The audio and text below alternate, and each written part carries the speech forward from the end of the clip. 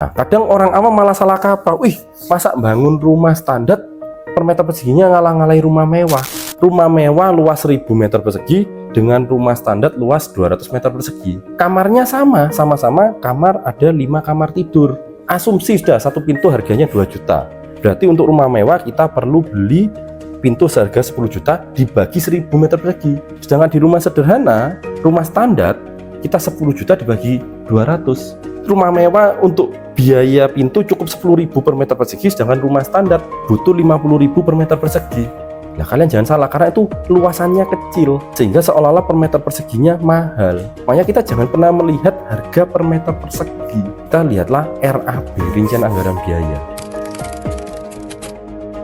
Yang jelas kalau orang membangun rumah, datang ke kontraktor harus lengkap apa yang mereka inginkan, jangan nol-nolan. Jadi maksudnya ukuran rumahnya berapa, desainnya seperti apa, butuh ruangan apa saja, spesifikasinya seperti apa, yang dimau itu harus jelas semua. Nah, mungkin kalau dia bilang, wah aku kan orang awam, aku nggak tahu apa-apa. Nah, makanya seharusnya stepnya adalah dia ke arsitek dulu. Dari arsitek baru dihitung kekuatan strukturnya, baru ke kontraktor untuk bisa mendapatkan RAB.